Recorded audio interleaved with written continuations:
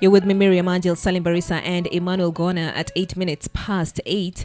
Right now, we do have Mariana in studio, Dr. Mariana Akinyi in studio. She's a social worker at MARIANIST Technical Institute, MARIAKANI. Mariana, good morning. Good morning. Okunda. Good morning, Mariana. Good morning. How are you? I'm fine. Welcome to the show. Thank you. We are looking at things that parents do that traumatize kids. Before we get to that, like the things that parents do, I want to look at trauma as a whole.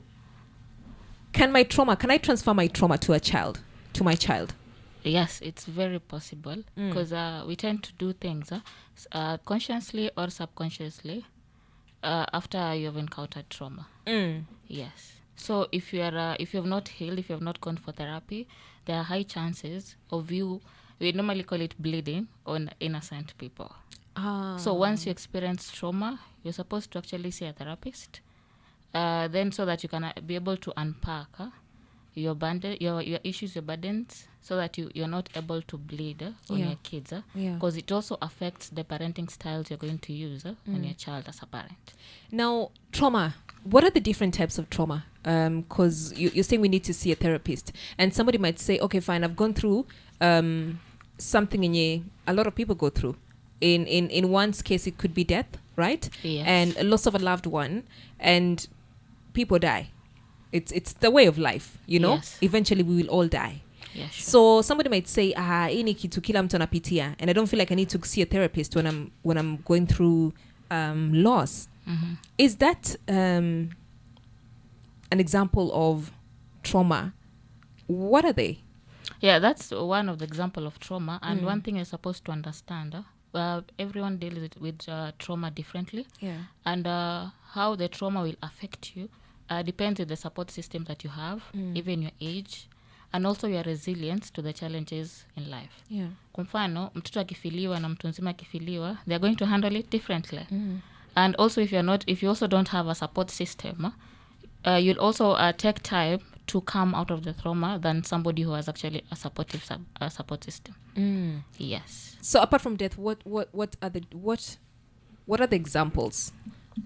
They vary from different people. We have abuse, that the physical, emotional, and sexual. The most common one is the emotional abuse, because unfortunately most people don't know that it can actually be traumatic. Then we have accidents, we have losses, not only losses of a loved one through death. We have losses of jobs, we have losses of marriages. We actually call them losses without burials. Oh, losses without burials. Yes. Oh. Because we are used to unajua mtu akifiliwa at least unasema atapata closure after matanga. But now what if you lose your spouse? Mwachane, the marriage does not work out. Hakuna matanga hiyo. And then he's thriving somewhere. Yes, exactly. Yeah. Because unfortunately life has to go on. Yeah. Yes. Salim sounds like something is choking him. The moment I say, yeah, you're thriving.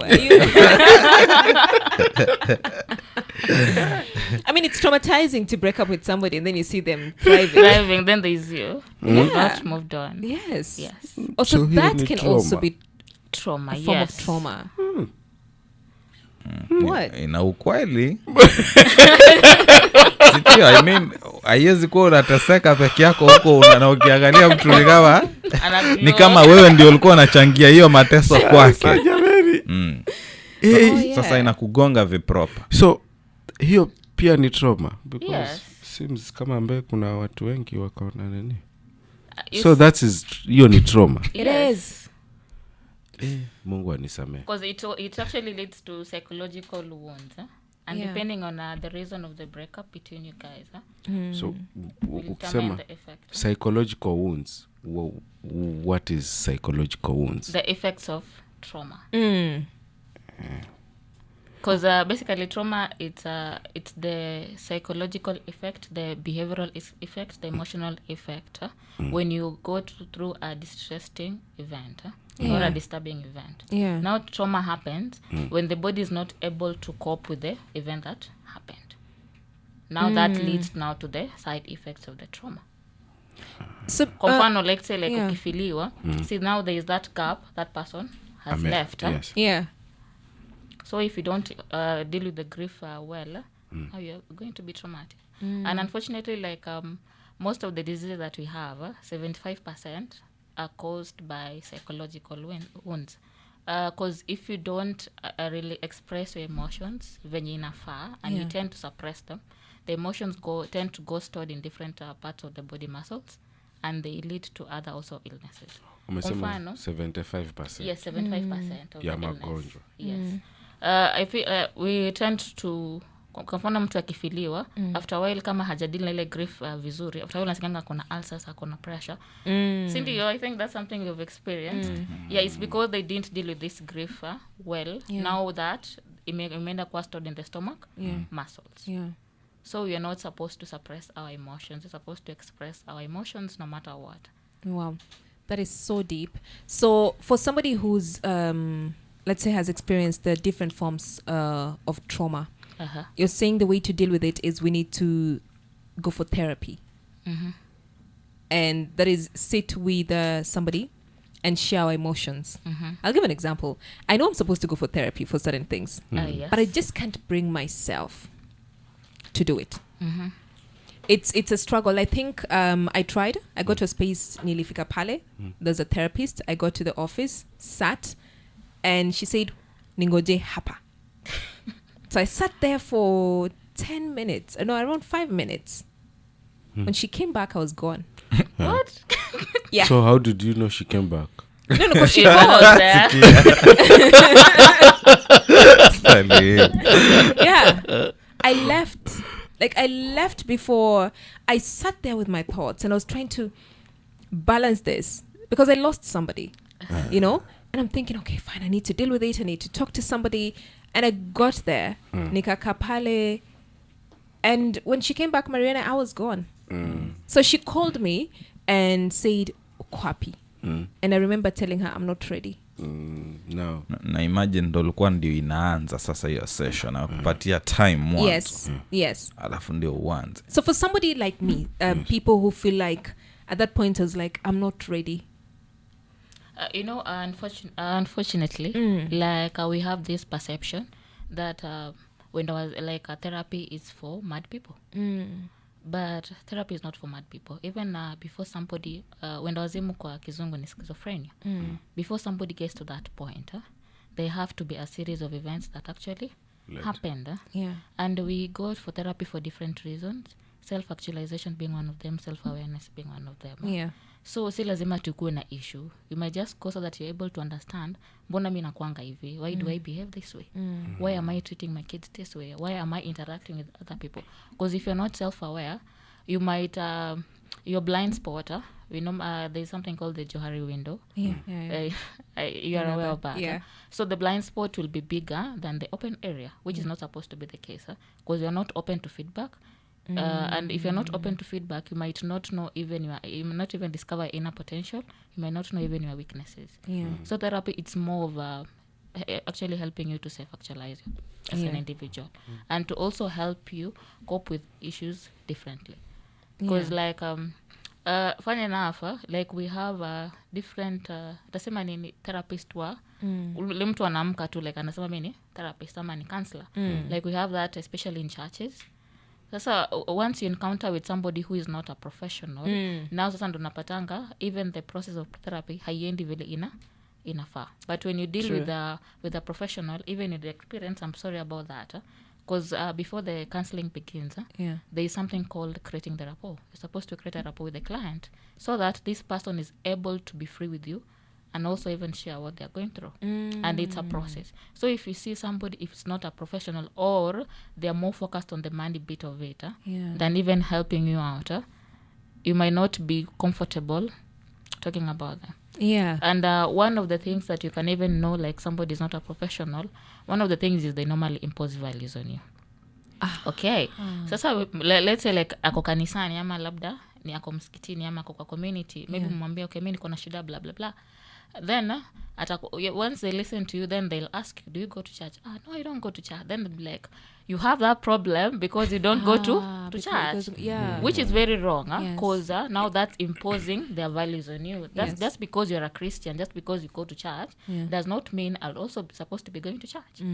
Maybe I'm comfortable praising God at home, which is also fine. Because in therapy, imposing values, it's not allowed.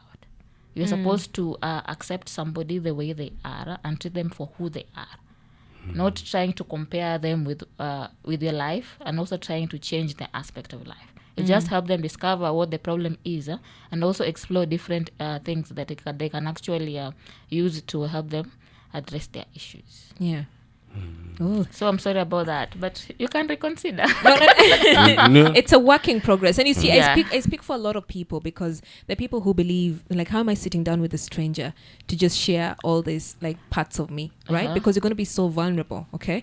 So I would rather like I would sit with Salim and have conversations, because I built a relationship with him, right? And I'm comfortable please continue talking, right? And so I would be open enough to cry and, just let go. But I feel like when I got to that space, and this she was actually a professional. I feel like when I got to that space, maybe you're right about the fact that building something at the beginning, at that point, I don't know what I needed, but I feel like I was so broken and I needed to talk. But when I got to the office, the words couldn't come out. And I didn't want to talk to her. Like, I didn't want to let her in. So when I realized that, I left. And then there are people who also feel like, kwani niende nikae na stranger, nimwongeleshe. So it's a lot in our culture. How do we break that? One thing you're supposed to understand, therapy is just one of the way of even dealing with trauma. And considering we have issues, issues ziko, stress ziko, and it's part and parcel of life, and you can't avoid that. That's why you have different stress reliever techniques. Okay.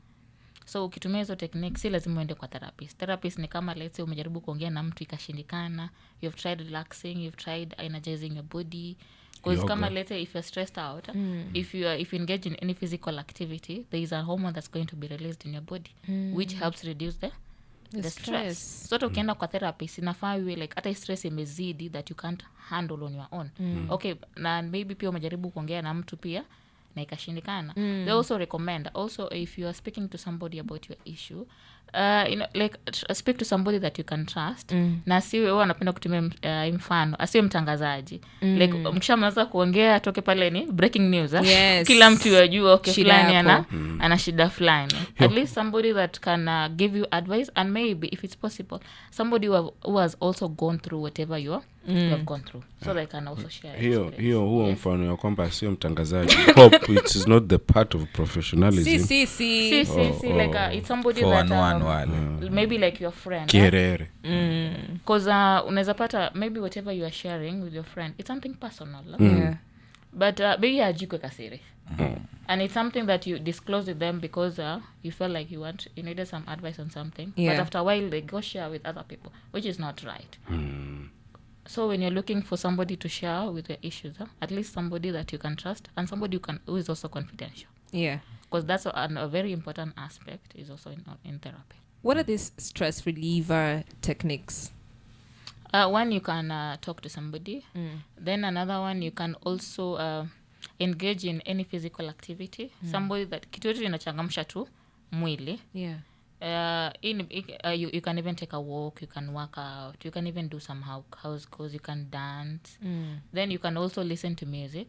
And also while you're listening to music, also look at the type of music you're listening to. Yes. You can be stressed out, then you're listening to breakup songs. Yeah. How is that going to cheer you up? Yeah. Exactly. Because even the type of songs that you listen to also might lift up your mood. That's or true. Might not lift up your mood. So at least unasikiza nyimbo zenye zinakuchangamsha. Gona. Sinifuate na maneno.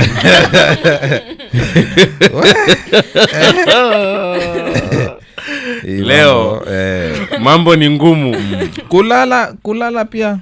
Yeah, you're also supposed to have a regular sleeping schedule. Okay. And this is something that youth, unfortunately, we don't do that. Yeah. Because you're supposed to eat a balanced diet and also have a regular sleeping schedule. Si ati leo unalala saa 2, kesho saa 7, kesho saa... Because by the end of the next day, especially kama warauka, you're not able to function well. Utapata unangana na kahawa, kichwa ndio hivyo kuuma, painkiller, hapa na hapa. So at least ukuwe na regular sleeping schedule. Kwa mfano kama mimi huwa nalala from 10, najua by 6 nafanywe nimeamka. So kama hata imesonga sana, at least by 11 I'm supposed to be asleep. Okay. Basa si ati leo unalala at time, kesho unalala saa 10. Yes. Because you're not supposed to you can't function properly with a few hours of sleep. Because as an adult you're supposed to sleep for at least 7 hours a day. Yes. Okay. Yes. So take time to have enough rest. It's very important. So umetaja hapo tunazungumzia trauma. Umetaja balanced diet. Yeah, balanced diet. Yes, yeah. So what is the connection ya my trauma and balanced diet na kulala vizuri? Yeah, kulala vizuri hiyo umesema wewe for example yako. Ukichelewa sana ni saa 5 kwa sababu unajua saa 12 unaamka saa 12. So there is this person mwenye yeye anaamka saa 10 ama tuseme saa 9:30. Na anakuja kwenye mahangaiko yake na ana suffer from trauma ya breakup. Sawa. Ana tabia ya kulala mchana saa 9 mpaka saa 10 alafu amke akeshe mpaka saa 8. Na kula hali kabisa huyu yala saa 4 saa 5. What's the problem with that individual? Kukosa usingizi, that's insomnia. And mostly ukiwa na stress kizidi pata usingizi ni shida. That's why there are a lot of stress management techniques. Okay. So you do what works for you. Yeah. And this let's say kuna time ukisikiza nyimbo stress inaisha. Kuna time ukikula stress inaisha. Chakula pia chamaliza stress. Kuna wengine when they're stressed out they eat. Sasa you do what works for you. So long as the method you're using to relieve your stress does not affect any other person negatively. Kwa mfano wewe ukiwa na stress lazima uvunje kitu. Then that's a negative way of dealing with stress. Unaribia watu vitu. You're not supposed to be doing that. So you do what works for you. So long as you're not inconveniencing anyone else. If you feel like you just need to scream, you need to shout. Okay, na beach ni sawa, lakini you just can't come to a company then unaanza kupiga kelele. And start shouting. Yes, that's not okay. But ukienda kwa beach, it's fine. It's fine actually. And I think shouting makes noise, but it there's helps. Some people who actually go do that. They just feel like shouting, they just feel like crying, screaming. They can't go to the beach. So nimekuelewa. Kuna you have to let it out. Kuna part nimeelewa sasa. Si wale ambao tunawaona huko nje peke yao. Kwamba ni punguani. Hata sisi wenye trauma. Yeah. Ni punguani. Well, we are speaking to Dr. Mariana Akinyi. She is a social worker at MARIANIST Technical Institute. And we're looking at trauma. Things parents do that traumatize kids. And we've just started with trauma yet to. Before now it trickles down to watoto. Yeah, what question do you have? 0700917917. We'll be right back. What are some of the things that parents do that traumatize kids? We are speaking to Dr. Mariana Akinyi. She's a social worker at MARIANIST Technical Institute, Ukunda. So what are some of the things that parents do that traumatize kids? Unfortunately, we parents do a lot of things, consciously or subconsciously, knowingly and unknowingly, that trauma kids. Considering most of the parenting styles that we use, we normally copy what our parents did. Yeah. So tukianza na in the coastal region, Shakumsi Matusi, ni wazazi wengi wa Swahili, salamu asubuhi ni kama Matusi ni kama salamu. Oh. Yes. So now ukipata if you are abusing your child on a daily basis, you're bound to make this child have low self-esteem. Yeah. Because verbal abuse is one of the things that cause trauma in children. Because utakuwa unamtukana day in day out. And them, unfortunately, it's something that have been normalized. They see it like a normal thing. Huh? Yeah. So they don't see like this. But it's very traumatic to kids. Huh? So every single time you say you call your child dumb, and it sinks into them, and they tend to believe that, okay, mommy says I'm dumb, yes. then I am dumb. Yes. Yes. It's just like it even works with adults. Huh? Yeah. If you find somebody who has a low self-esteem, or even like men, huh? Time unakatia msichana. Yeah. But msichana maybe like they have a low self-esteem, but kila siku juu unamwambia tu like, mimi nakupenda, you're beautiful. And it's because maybe their parent didn't tell them that they're beautiful, they are loved. Now they start believing, okay, Jumsi ameniambia ananipenda, then I'm actually beautiful. Then I actually feel loved. Now this all goes back also to the parents. When was the last time you told your child that you actually love them? I know we normally express it, but it's about time we start normalizing telling our children that we love them. Salim, when was the last time you told your son or your kids that you love them? Ni huyo mdogo tu, tena nafikiria ndanganya toto. Ni huyo mdogo. When? Ni huyo mdogo, hata huyo hata haelewi. Wakubwa. Like do you say I love you? Do you say daddy loves you? No? Why? Hapana, kutamka. Yes. Opening my mouth. Yes. Niseme, yeah. Say the word right girl, now. Even say it right now. You can just tell them, I love you, my daughter. I love you, my son. Mitiani, hapana sijai. I just so that way amesema express. I express, but kusema Miriam, baby girl, I love you. Yeah. Kusema. Yes, your child. Like telling your child, telling your daughter, telling your son. Hawa wakubwa. Na wadogo. Hawa wadogo si ndio nakwambia nidanganya toto hiyo. Yeah. Huyu mdogo. Nidanganya toto tu mwenyewe nasema nikicheza naye. Yani unaiongea ile ya kitoto. Ya kitoto. Lakini unajua hauko serious. Mariana, what could be the problem? Now, you see, now that's he's one of the many parents that find it hard to tell their children that they actually love them. Because wazazi labda hata mama ndili labda ameenda sherehe ankuletea chakula, then they're like, that's their way of showing you they love them. Yeah. But it's about time we start normalizing that. Because utapata most of the kids wanaambiwa I love you for the first time anakatiwa. Sasa unapata because hajaiambiwa. Unaona? Ama even the parents, they have never told them that they're actually even proud of them. Yeah. So even falling trap into that person, ni rahisi. Hata fadhali they endure all kinds of abuse from that person just because that person appreciates them. Hapo kwa proud nishasema. Feels their worth. Juu nyumbani, they are not appreciated, they are not valued. So what should parents say? Like, what are some of the things that we should normalize telling our kids? Like, I love you, I'm proud of you, you are appreciated, you are valued. Yes, it's more about expressing yourself. Because there's some actions, yes, you might do. Yes, unaweza kuwa unamlipia fee, unaweza kuwa yes, unampikia. But the same way, like, there are different love languages. Also, like, words of affirmation also matters. For some days, like, the child just needs, okay, anaenda fanya mtihani. Okay, I believe in you, you're going to make it. Yes. That's just enough. See, hizo sasa tunasema, hii I love mimi, and it's like, mimi. How to be honest, me. Hiyo ya love. Kwa hao wakubwa jamani sitakudanganya sijasema, lakini I'm proud, hii mtihani utatoboa, sijui nini hizo nafanya, lakini kwa love sitakudanganya.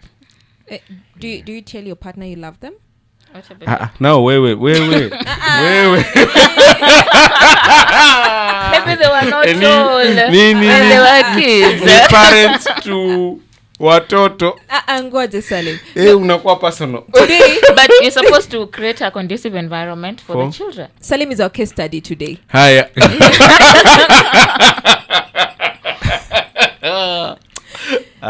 Nijikute.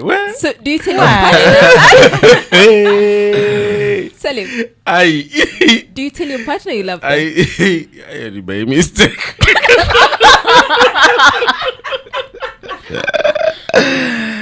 Salim, Salim. No, lakini na feel ile Salim. Unajua Salim yazaenda mwambia I love you akaanza kuulizwa umeitwa wapi? Kuna vitu ambazo si usisemi tu ovyo. How do you tell your partner it slowly, slow by slow? Ni makosa sometimes unajua ni kule kukua. Wakati tukikua hatujakuwa tukiona hivi vitu. Sasa wewe the moment mmeingia ndani hapo mmeoana, inakuwa ngumu tena unaanza kumwambia I love you. Sasa anaweza shtuka kwamba ama ulikuwa unafikiria mtu unamwambia I love you alafu kamtamkia yeye. Inaweza kuwa kesi. Ngoja Miriam. Thank you for defending Salim. Miriam ngoja. Okay, ongea. Do you tell your girlfriend you love her? I rarely do that. In fact, huwa nikiambiwa hivyo nasema thank you. Okay. Hata text wakiniambia I love you namwambia thank you. Kuna tatizo hapa. Samaki unamwekea chambo, umvua. Ukishamvua, kwa nini umwekee chambo ndio umle?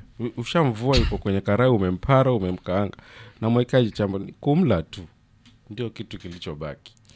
There's something I'm driving at. If you cannot tell your partner that you love them, so like you cannot tell your partner I love you and they love you back, you know, that whole thing, it's in a family setup, right? We're building that. And kids observe. Yeah, you know, sure. Kids observe how mom and dad behave, the relationship, you know, the interaction. And if we cannot see they're not holding hands, there's no I love you, no, they will never understand that there's no affection, right? So if I'm not even telling my parent, like my partner, it's going to be so difficult in the kwa mtoto, you say sure. I love you. So now let's change this. Let's change this notion of I can't say I love you to my partner. And then I'll trickle it down to the child now. And now that is going to take us back to what do we need to say? Like, what are the things that we need to normalize with our kids? We might not have been raised in that setup. About 20 years, like, we might not have been raised in that setup. I never saw my dad hold my mom's hand. You see? No. I'm saying. Yes. But Baba 20 years, unamwambia I love you. But Salim, right now, I see my dad, I'll hug him. And do you know what he'll do? He's not going to hug me back. He's just going to stay. Yes. Atasimama hapo, but mimi nitaenda kumhug because anashangaa wewe anafanya nini? Ni culture. So we were raised that way. Yes. Can we break this barrier? Because Gona bado ni young parent. Salim is a work in progress. Hiyo yangu. How do we rework this mindset? So you see, like every day is a day to learn and learn and relearn. Huh? Yeah. Yes, we were raised differently, but something you're supposed to keep in mind. We are in the 21st century. Ndio.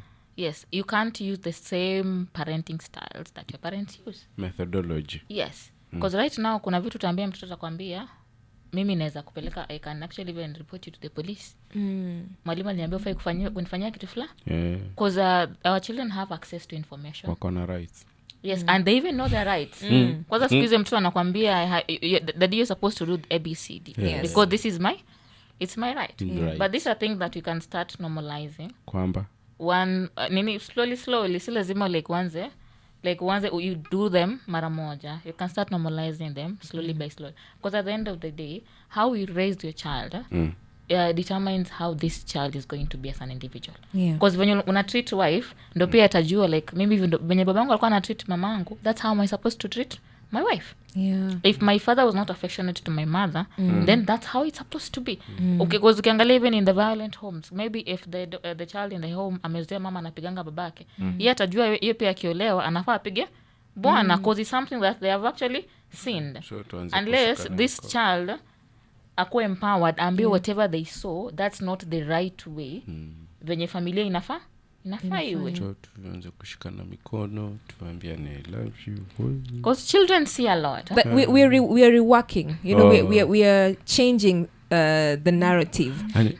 Niko na shida hapo. Mbaba wa 2021 mimi nimwambie I love you son me. It would really mean a lot. Okay. Like it would really mean a lot, you know, because you see, kids are always kids.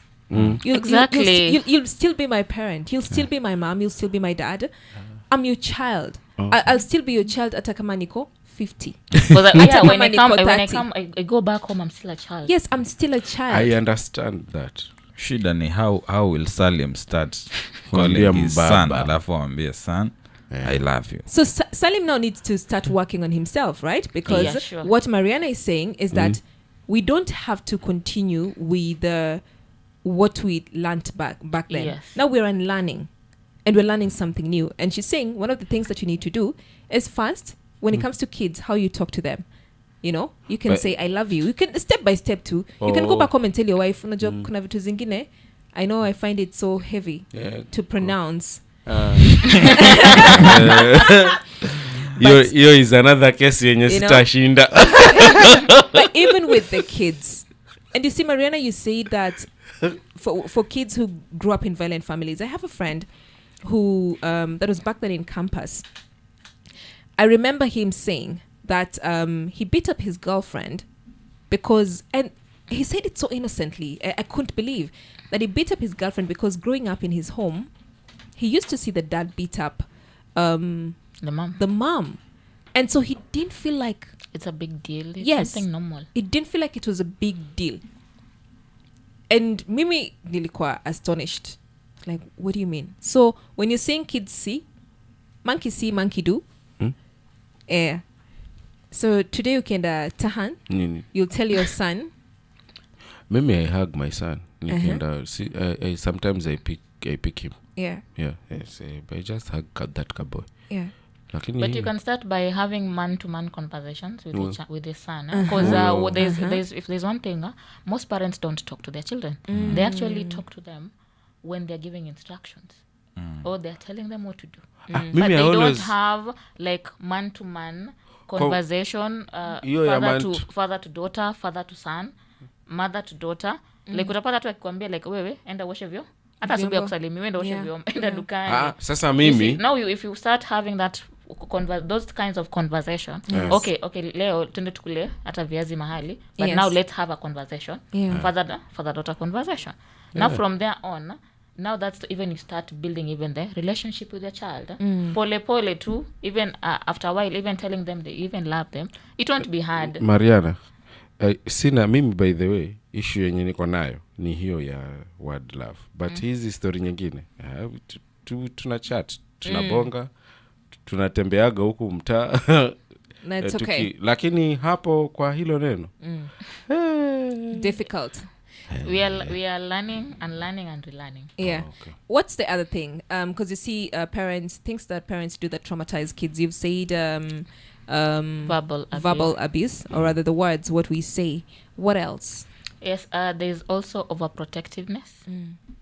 Like you are too overprotective of your child, and you think now you are shielding them and protecting them from every other things that might come up.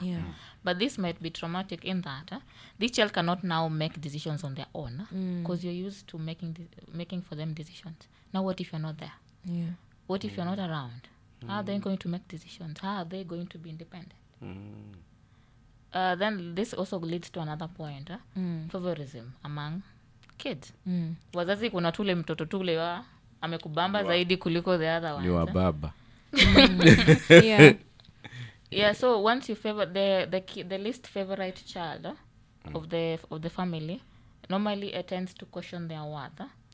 Because they don't get affection from the parents, they don't get gifts, they don't even have the time from their parents. So this can also be traumatic. Then we also have physical abuse. Yes, I know, regardless of how we want to discipline our kids, but to what extent? Haimanishi just because you discipline the child lazima umuje miguu. Ama lazima umchome na maji moto ndio asikie whatever unamwambia. So your measures of discipline should you're supposed to be keen on that. So that you also don't leave them with a lot of scars. Manake kuna wengine wakidiscipline mpaka nauma mpaka mtoto. Because according to the children policy, that's not allowed. Hiyo children policy ilianza leo. It's been there. It's been there. Sasa wanataka kwa na report wazazi. It's been there. Hiyo children policy ilianza lili because hiyo miaka zamani sidhani kama ilikuwa. That's why I say that, like, we're living in the 21st century. Like even the constitution there ya 2010 naona pia hiyo iko na like there are a lot of rules and guidelines that we use and everything is according to the best interest of the child. So you're not supposed to do anything that might cause harm to the child. 2010 constitution. Yes. How wazazi wa before your constitution haikukua siwaona ile katiba ya Moi haikukua but things are different now. In that even a child can even go report you. Ni report zinaweza kuwa ni effects gani zenye zina affect zinapatikana katika hiyo especially kwa hawa watoto now that tumejua hizo ndio zinafanyika? I mean causes from wazazi like the main ambazo tunasema sasa tandika vibaya watoto tusipocheza. Before we proceed to that, maybe I can also address the different parenting styles that we use. Right. The type of parenting style that you use also matters. You're not supposed to be too strict. In that even hata mtoto hata anakupa kukusalimia. You know kuna wale wazazi simba. Then there is also the pessimistic parents type of style of parenting. Uwezi jua like kama nani ni mzazi nani ni mtoto. Hakuna hata boundaries. Hakuna limits. Because kama unajua unakuanga hata indiscipline. Because the parent wants to be a friend. Unfortunately the Gen Z parents use that type of parenting style. How do you balance that? Because there's a thin line between, so I want you to be my friend, I want to be close to you, to create an enabling environment where you can easily come to me in case of anything. Share, if somebody hurts you, share your problems, like open up with me. But then also I want you to, like, I want to also enforce my boundaries. And when I say no, I mean no. How do you balance that? Okay, we're supposed to have boundaries and also encourage an open communication between the parent and the child. In that, they're able to know these are non-negotiable rules. This is what it's expected of you and this is supposed to do. But this, we can even negotiate about it. The communication now should be there. Okay. So now when they know that in time ya kazi, ikifika time ya kujoke, now they can even joke around. Ndio ikifika time unamwambia fanya kitu fulani, atakumbuka by the way I'm supposed to do this thing. But at the end of the day hata akienda kizurura na najua hata nikikosea I can still go home. Because akirudi hata in case of anything mzazi anaweza mrekebisha, atamwambia okay, this is what you did wrong. But I've given you a chance to even go make mistakes and still come back and I'll still correct you. But so what encourage chance? That like Europe, when you say I'm giving you that space, boundary, like what's the limit to the freedom? Have boundaries with the child. Okay. And limits. Najua hii inafaa kufanya, isifai kufanya. This is something that this rule we can bend. This rule ni hivyo. Ni hivyo venye yuko kama let's like kama kwenda shule. Anajua anafaa kwenda shule. Hapa kuna kuelewana, kuna negotiate. But maybe it's something like involves other things, maybe the house goes ama nini. Anajua this maybe you can negotiate around some other things. Yes. Okay. Because most of the parents, we don't have boundaries and we also don't encourage open communication. Okay, this is what I want you to do. What do you want to do? Or how will you prefer us doing this? Okay. Speak to your child. Speak to the child. So what's the other parenting style? Then there is also the neglectful parenting style. Like mzazi hataki kujua kama mtoto alikula, alioga, alilala. I believe kuna watu mzazi kitana naye konja ameng'ara mbaya. Lakini ukiangalia mtoto hata huwezi join mtoto wake. So these kids also tend to be traumatized. Kwa sababu they are the person that they trust is the person who has actually neglected them. Na they are prone to even abuse kwa sababu there is no one there to look out for them. Kwa sababu ni mtoto hata akituma alete mzazi hata ishow up. Hata akifanya makosa there is no one to reprimand them, even to tell them what's right, what's wrong. And if they're even making relationships with other people, it's even a problem. Because if they are tried even getting attention from their parents and hawajapata, what of other people? That's unapata even this child most of the time wanakuanga pakata identity crisis. Oh wow. And what shows for the neglectful parents, at times you hear parents say that ako kazi, ametoka mapema, ameenda kule, anatafuta, anarudi tena late, amechoka, and it's the same cycle. The people, someone would say it's an excuse, you know. for this parent who, because of hali ya kutafuta, you know, what do they do? Do they create time over the weekend? How do they bond with their kids? How should they bond with their kids? We have 24 hours in a day, yeah? Yes. And I believe mtu hawezi tafuta 24 hours in a day. Yeah. Lazima ameweka time yake ya kukula, ameweka time yake ya kupumzika. So, regardless of how busy you are, create time for your child. Yeah. Create time and have a conversation with your child. Si unakuanga off. Hata kama ukuangi off, kuna siku you can even have a leave. You even take some days off. Ama uwezi niambia pia even from January to January. Kuna time hata unakushonga na kahoma. Wendi job. Kwani time pia uwezi ongea na mtoto. So even setting it's just about a parent that they don't want to. Because if you want to do anything, regardless of your working hours, you will create time. Even setting time once a week. Even once a week. Yeah.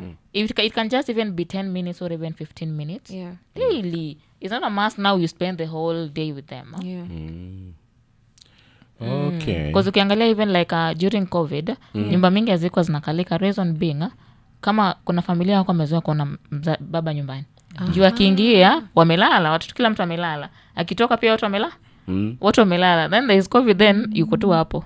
Sasa unaona like now they feel like this is a stranger. Yes. Hawajazoea kukaa na yeye. Yeah. Hata wajue hata watakaa na yeye aje.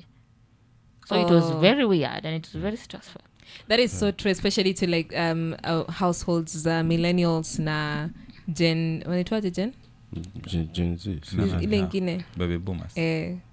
Like ile unapatanga for some the dad would walk in and everybody would walk out. Yes, because they're not used to him. Or maybe he's very strict. Yeah. So kila mtu anamuogopa tu. Like my dad, by the way, we used to call him Simba. Honestly, yeah. Like we used to call him Simba. I'm the only person who would sit. I think it's because I was the last born, so I'd get away with a lot of things, you know. But the rest would just alikuwa naingia hivi watu wanatoka. Yeah. So for a lot of us grew up in that environment. Yeah, Simba, Nini, and we're the ones who are raising kids now. Simba. So you can imagine. No, I'm not Simba. I'm very good at I try to have conversations with my daughter and create boundaries. So, that's good. I'm in between. In between. Wewe hata usijaribu because wewe uko kweli wewe uko in between now. Because of that kuna hii swali. Miriam hata kuna evidence ya sauti ya clip. Wewe na huyo mwingine. What have we done? Huyo na huyo mke mwenzio. Kuna hii situation yenye umezungumza ya kwamba they can go and take you, unaweza kupeleka kwa chief wherever DC, yeah, because sure. wako na rights zao. And they are aware of the rights. Yeah, Yes. and they are aware of the rights. Now unapatana na Miriam na huyo mwingine, and I know hata sahi pia na yeye yuko hapa anasikia. In case you're wondering who mwingine, that's his wife. Yeah. Ni mimi nishasikia na hata Miriam alisema hapa. Mimi niko na rights. The question was which rights? Kwa nyumba ya nani? Saa ngapi? Yeah. Mimi ndo nalipia choo kwa hii nyumba. Kama uko na rights pale kwa barabara. Yeah. Miriam hapa aliyasema na uko nyumbani. So how does that work? Mtoto amekwambia niko na rights, wewe unamwambia rights gani? Zipi? Kwa nyumba ya nani? Under what circumstance should parents respect a child's right? Like that's when mesema there is some negotiable rules, Yes. and there is non-negotiable. Thank you. And when the child tells you they know their right, Yeah. do you also ask them, do you also know your responsibilities Good. as a child? Good. Oh, sililia. Unaangalia. Yeah. Yes, in discipline ya kuambia mzazi wake kwamba I have my But do rights. they know their responsibilities as a child? Yeah. Anajua kenye anafaa kufanya. Because anaweza kuwa na complain about their rights na maybe ukimwambia ndio acheze hataki. That's their responsibility as a child. Wewe unaweza lipa fee but mtoto hataki kwenda shule. It's their responsibility to go to the school. So the moment kama hataki kwenda shule, now that is Miriam na huyo mke mwenzake. Akasema You remember, Miriam? I do remember that. Nena ngoja umalize Akasema ulitumia words. Yeah. Hata I think uliquote the Bible. Huko nyumbani pia naye kuna kitu ana quote. Wako the same. Line yao ni moja. Ulisema nini kidogo? Kiboko kidogo ama nini? Kiboko kidogo. You know what? I'm going to usende mbali. Nini? I'll explain what the Constitution says. Hey. In Kenya, Umeona? Children have rights to protection, right? Yes. As a parent, I'm protecting. Sindio? To education. As a parent, mtoto anaenda shule. To health care. As a parent, when my little girl is unwell. Peleka hospitali. Tuko hosi. Ni lazima. And parental care. Yes. Parental care means I would like to believe I'm present. I listen to you. I'm present. Unaelewa? So the Children Act and the Constitution, this is according to the Children Act and the Constitution of Kenya. Okay? Protection, education, healthcare, parental care. Children have the right to parental care and protection. Children have the right to equal responsibility of the mother and father to provide for them. Deadbeat parents, mnanisikia vizuri. Alafu, Siende hiyo line. nimesema deadbeat parents, both mothers and fathers. Anyway, the children have the right to reside with their parents whenever possible. That happens. Other rights, children have the right to a name and nationality from birth that we give them as parents. Children have the right to not be detained except as a measure of last resort. Children have the right to privacy. That is where there's a bit of an issue. Privacy, you'll find privacy in your house. So Maona imetoka. Mwisho ameisema ikatoka. These are outlined in the Constitution. And parents provide this. Some parents, I'm not saying all of them, they're parents who provide this fully. Now, the point where I'm disciplining a child because of something that they should have done and they didn't do, or wameamka, and then they become to be like, I'm talking to you and you respond in an unlikely manner. It's not in our African nature for you to speak back. Now inamtoka. It's not in our nature. Now, as a parent, when I'm disciplining you because you did something irresponsible, please do not say, I have a right. If you want that right, rent your house, pay your bills, take yourself to school. Like the moment you cross the boundary of respecting me as a parent, that is where your rights stop. Now, does that now bring trauma? What do you mean trauma? So you're the one who's disrespectful. Hiyo sasa maneno makali. Sasa ndio maana nimesema like having boundaries Yes. and limits with the child, it's very important. Yes. And even discipline, you're supposed to be consistent Yes. with discipline. Si ati leo akikosea you're discipline, kesho you're not. Because hata yeye mwenyewe itafika mahali anaamua leo nitafanya kitu poa, kesho nitafanya tu makosa. Because mzazi they are very lenient. Because at the end of the day, Because you're supposed to, Yes, Mariana. you're not supposed to spoil the child. You're not supposed to spare the rod and spoil, the child. Hiyo ndo alitumia hii. Mdiscipline, basi ati sasa unamdiscipline ndo alafu ndo umvunje miguu. Yeah. Discipline in such a way that anajua yenyewe nimefanya makosa, the next time tafanya makosa, I'll be reprimanded. How you Or discipline maybe matters. yes, how you discipline matters. Or maybe you can even deny them some privileges. Yes. Kama utapata kuna wengine, let's say kama kona simu ama maybe they even have access to Kwa wifi, simu. waambie okay Saji, because you do this mimi nazima wifi. Yeah. It's just denying them that privilege. Yeah, it causes so that trauma, they No. you make them understand open communication. You make them understand I'm denying this access to Wi-Fi because of ABC. Yes. So the next time you think of doing this, you'll be denied this privilege. Now, a follow-up question. Miriam and na huyo mwingine. Nduru. So umesema open communication. Most of hawa mabibi zetu Asubuhi na wakiamka shule. Hiyo si open communication, ni nduru. Miriam ni uongo. What? Hiyo manduru. That we scream in the morning? I mean, let me speak to the mothers. Please talk to them. Let me speak to the mothers. please. Like you don't have to shout Yes. to your child every morning. Pangana na huyu mtoto. Ama any other time. Any other day, yeah? I believe your child is not deaf. They can Yes. actually listen. And you don't have to shout for them to listen. Thank you. You can still speak in a low tone. Yes, mara nyingi wanawake tunasema okay, it's that time of the month, maybe nimeamka na two feelings. But if no one disagreed with you at night or in the evening before you actually went to sleep, mbona upanish huyu mtu the next day unamletea ma attitude? It's not right, it's not fair. Sasa kama hata like anaenda shule, ni wewe mwenyewe kama parent, if you are responsible enough, unaweza mpanga okay, kesho unaenda shule.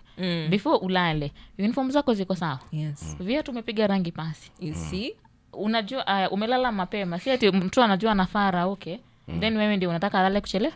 Akilala kuchelewa, obviously asubuhi mtasumbua na kuamka.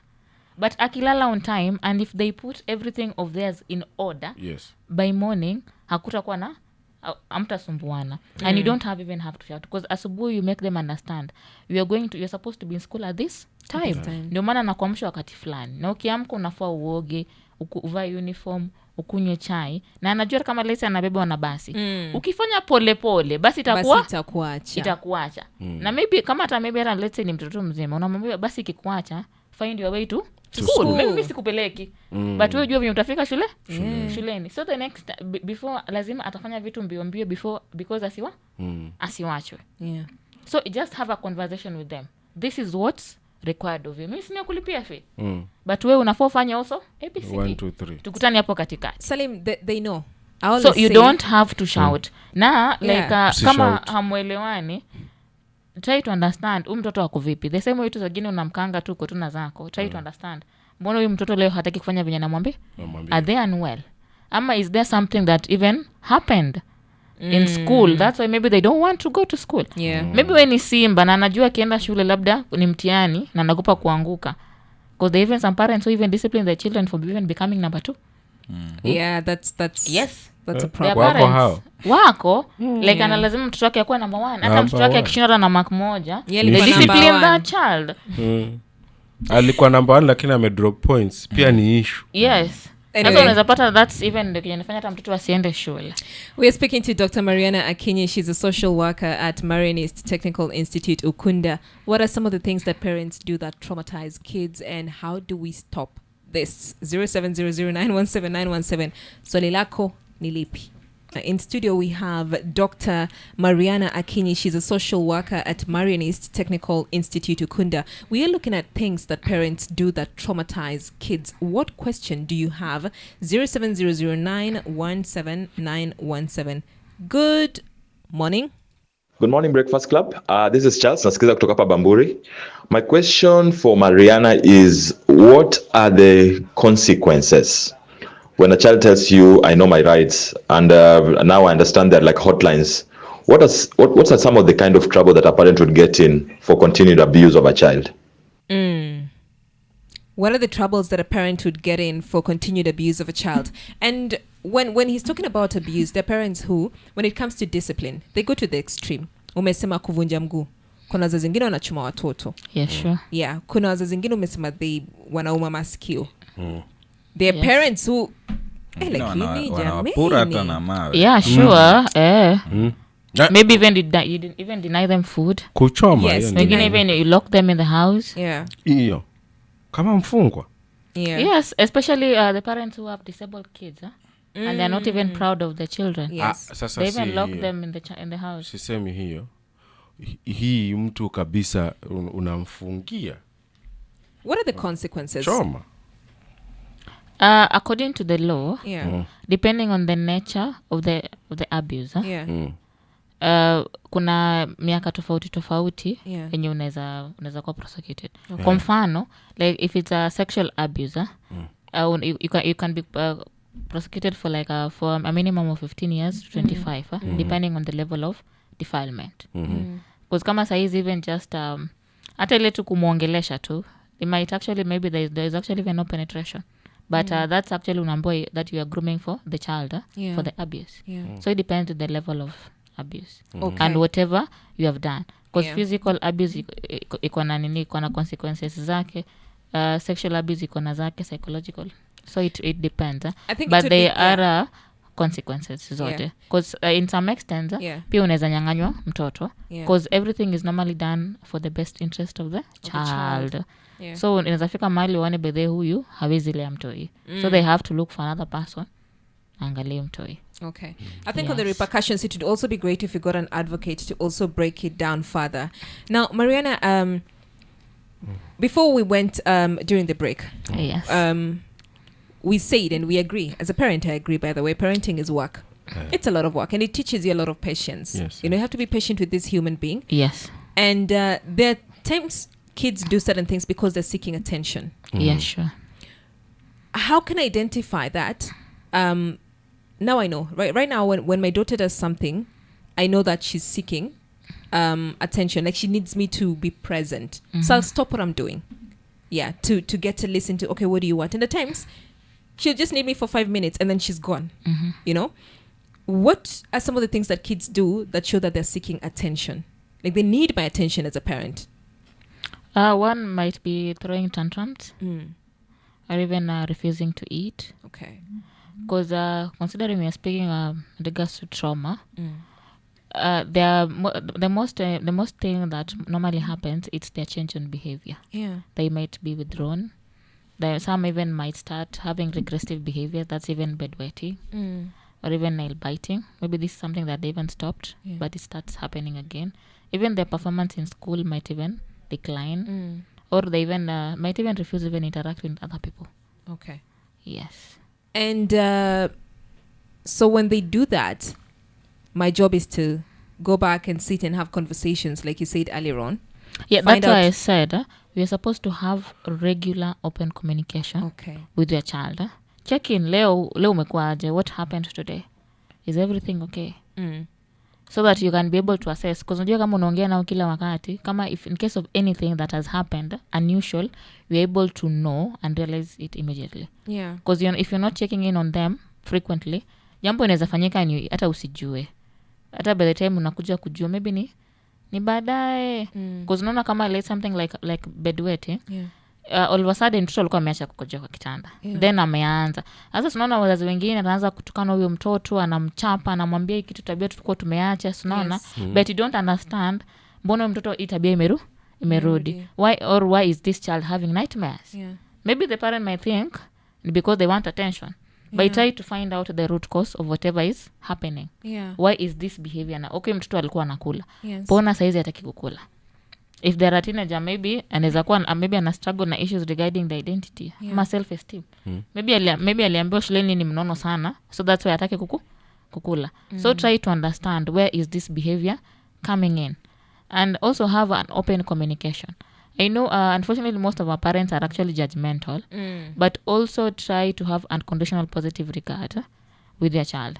In that, regardless of their personality and regardless of the mistake that they had done in the past, you can still listen to them, you can still hear them out, you can still help them out as your child, and also wish them the best.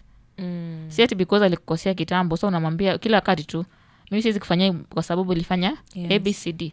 Sasa unaona ukimwambia hivyo, hata akifanya makosa atakupa kukuambia jana mzazi wangu baadaye atani judge ama hata nisaidia ama hata niamini. Because ukiangalia kama like most cases of even sexual abuse, they happen because na mzazi ataambiwa anasema wewe kama si wewe kunini kujipendekeza hange kushika ama hange kuangalia.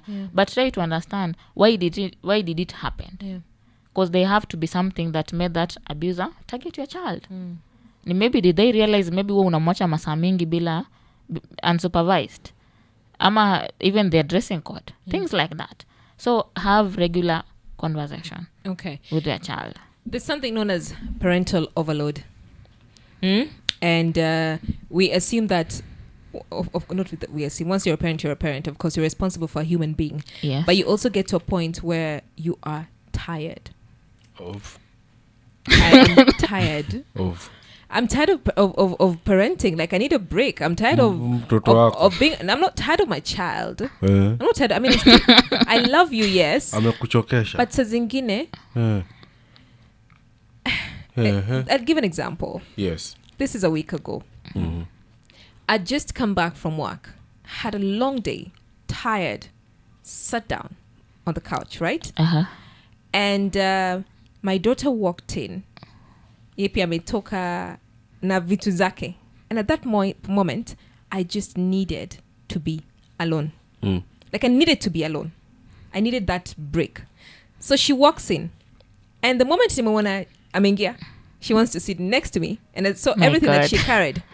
And I told her, hi, honey. So mommy has had a long day.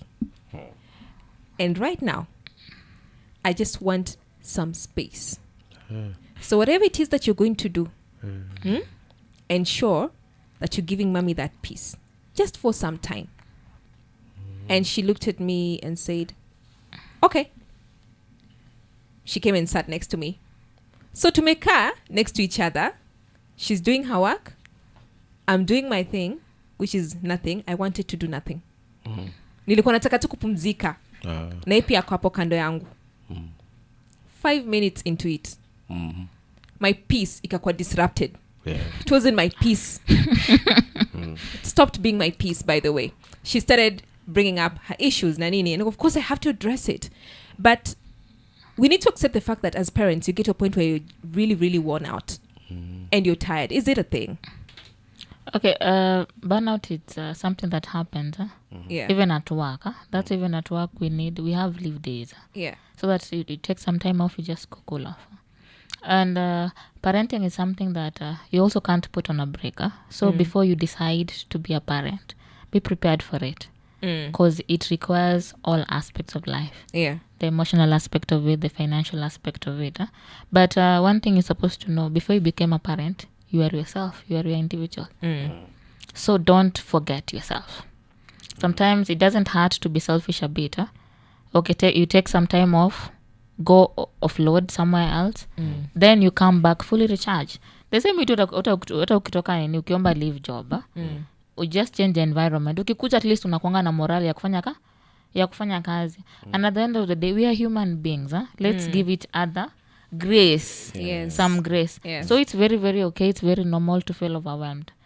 Hata I'm sure kushout zingine asubuhi inaweza kuwa tu ni overwhelmed. Uko na stress zako, then mtoto hakuelewi, yeye pia anataka anakuletea mapressure zingine. Just take some time off, go offload, then you come back. So and everything na uendelea. So some away from the kids. Yes, you can take some time off away from the kids. Okay. Just a different environment. It might be an hour, it might be a day, it might be some days. Then you come back fully recharged. Because at the end of the day, you can't give something that you don't have. So if you are emotionally drained, you are not in the right mindset to even parent. How are you going to listen to your child when you're emotionally drained? What are you going to give? Nothing. Okay. Yes. Chaos, So you have actually, to, yes, chaos. it's chaos. So You're even going to traumatize your child more. Now imagine your child wants to listen to you, but instead of No, you you listening to can't them, listen. you're even shouting. Yeah. So you can't even communicate. Yeah. so unampea anachukua break. Yes, because you're supposed to give Yes. your child the best version. The Hufai wife anachukua break, Salim. Anasema parents. Yeah. Because even Hata mimi ni mzazi. that's you see like we are human. Nimesema we are human. Yes. So and this even applies hata even like kazini. Ndio maana wewe unachukua leave days. Ndio. We have leave days. You take some time off, uende upumzike. Because you can't be productive from January to January. Kuna kati mwili wewe pia inachoka. And if you don't take rest, mwili itaamua kupumzika yenyewe. And I'm sure you do want to get to that point. So parents are entitled to leave. We can't say leave Waachane as na such. watoto. It's just taking some time off. The same way too, like for men. Men normally, unfortunately, men are very love themselves more than women. Umeanza sasa. Yes. Men love themselves more than women. Ndio utapata kuna days tu yeye atasema tu leo mimi I'm just out with the boys. Atena atapotea to the whole day, even 2 days. Yeah. But not such just because you're a mom, they expect you not to be there. Yeah, to be there. present, yeah. But at least sometimes just give yourself grace. Be selfish a bit. Jipende. You can't give what you don't have. Sometimes let the man stay at home with the kids. Exactly. And then you go hang out with the girls. Yes. Yeah. Let's also normalize that. Let's normalize that. Because gone are the days that the kids, even both parents can actually raise the kids. Haimanishi just because I'm not in the house, vitu hazita function. So okay, mimi napumzika leo. Wacha basi baba arauke katarisha watoto. Oh. because parenting it's a two-way thing and It it is. takes a community to raise the children. Yes. So le wacha baba arauke atarishe watoto the next day if the aunt is around it's fine. It takes a community to raise a to raise a child. So baba na mama ni community. Community ni hao wengine, mimi ni mzazi wake. Kama mama anaenda live, hata mimi niende live. There is a place that we can take this watoto. But still you can even decide to just take have a staycation just you and your wife. Yes. But I need a break from the kids. That's also understood. That's inaeleweka, But imagine. like he's also the other child, so I just need a break from all the kids. The plus firstborn him. child. Yes, the firstborn child, and then just me Okay, you are not being fair. have some me No. time. The same way you guys create your me time, it's also the same way. There is no Like, a man ladies mwenye ana also- create some me time. They normally create. They Kwenda normally kuangalia create. bole hapa na 1 2 3 kama venye producer anasemaga. But you 1 see, 2 ukienda kuangalia mpira unakwanga na watoto hapo hivyo karibu. Huh? Ukienda kuangalia mpira you are free to do Tunakuaga what you sote want. pale ni watoto. Wanaume wale wanaangaliaga ball, sote ni watoto. Gonna had asked a question like, what is the effect of trauma? Is it? As in, unajua wakati mwingi ukiangalia parents, hata ukisikiza Miriam sana anakaa kana kwamba ukimwambia zile vitu zenye anafanya bado atajiona kwamba no, but this is right as a parent. Yeah. Sasa probably wazazi pale nje wanaweza kuwa hawajui the effect of what they are doing because wanachukulia tu it's just normal, unajua, from vile ambavyo tumekuwa tukikuzwa. So ni effects zipi ambazo pengine watu wanaweza hata kuanza kuziona akajua hapa inaweza kuwa sasa mimi ndio nimekozi hii kitu. So there are a lot of effects, but the most common one kama hiyo nimesema regressive behaviors. Like hakuwa na bedwet, then imeanza, maybe even nail biting, Yes. even them zoning out. Yeah. Then they might even be withdrawn. You might even have the child might even have anxiety around you. Mtu anaanza tu kuogopa all of a sudden. Hata akikuona, hata kuonekana. Yes. Yanataka tu kuwa invisible. Even their performance in school might even decline. Even their productivity in regards to doing other things. Hata ile kucheza inaweza kuwa maybe anacheza more aggressively than they were actually doing before. Yeah, kucheza lazima apige wenzake, lazima aumize wenzake. Yeah. Hata even kukula might even be a problem. Maybe they must start eating much than they were doing, or even lesser than they were doing, and they're not sick. They might even have a problem with even sleeping. Yeah. They might start having nightmares. Some might even start speaking on their own. Yeah. Some might just even decide, kuna wengine hata wao wanaamua tu kunyamaza tu. They're not speaking. Just because the environment is not conducive for them to even express their feelings and their challenges. So now how do we start correcting this? Because my worry is, nimekwambia hapa tulivyokuwa kwa break, jirani yangu usiku tu kidogo ni record anakaa naongelesha mtoto dakika 2 ameshout. Ilikuwa ni homework na ilikuwa ni maths, hiyo maana nilisikia borrow 1 from this, ghafla amelipuka. Sasa unajua shida kubwa ni ile ya kwamba itafika time Miriam atarudi nyumbani leo alafu atasahau, maana atajua amechoka, atakuwa hii amesahau. How best can we start kama parents kuanza sasa kucorrect hizi issues zenye tumekuwa tukifanya, because ni mistakes sasa hizi. Like tukianza nilisema every day is a day to learn, relearn and unlearn. Kuna zile vitu zenye tunajua hivi ndio tunafaa tufanye. But it's about time we start learning things and doing things differently. There are a lot of programs that teach more about parenting, the different parenting styles, and even their effects. Yeah. Because what happens in a child's life from 1 to 7 years is what determines how this person is going to be as an adult. Yeah. So the childhood experiences in a child, they are very, very important, and they create a huge impact in their lives as individuals. So we are supposed to be very keen on the parenting styles we use. And there's some things we can start incorporating them one by one. Kama like the bigger problem is hatunanga boundaries, natuweki rules. How about we start from there? Then we also start encouraging open communication. From whatever we are saying, most size issues ni mingi, unaona? And also apart from even the issues and you experience even as parenting, there's also your personal issues. There are also your family issues. There are also work related issues. Stress ni kila mahali, so you should know like you're supposed to manage your stress effectively. Tumia the different techniques zenye ziko hapo to manage your stress. Na pia ikifika mahali you feel overwhelmed, give yourself grace and take some break to go recharge. Nimesema you can't give from an empty cup. You need to be recharged. The cup needs to be full so that you're able to give. And we tusisahau, we are also humans. We make mistakes. Sasa ukifanya makosa, okay, I made this mistake but now I want to correct this. How am I going to go about it? Alafu pia watoto hawafanani. Venye utalea huyo mtoto si venye utalea huyo mwingine. Yes. Okay. Thank you so much, Mariana. This has been insightful. Tumelan. We're gonna do some things differently. Or rather, Salim is going to do some things differently. We've been speaking to Dr. Mariana Akinyi, social worker at Marianist Technical Institute, Ukunda. And of course, we've been looking at things that parents do that traumatize kids. Give yourself some grace, but also remember that little human being is depending on you. Yeah, because you see, kids didn't choose to be brought into this life. We brought them into this life. So it's our responsibility as parents to give them the best care, to protect them, to provide for them, to ensure that we create a safe environment for them to grow. And they live what? Yes. So can we do that for our kids? Yeah. Good morning.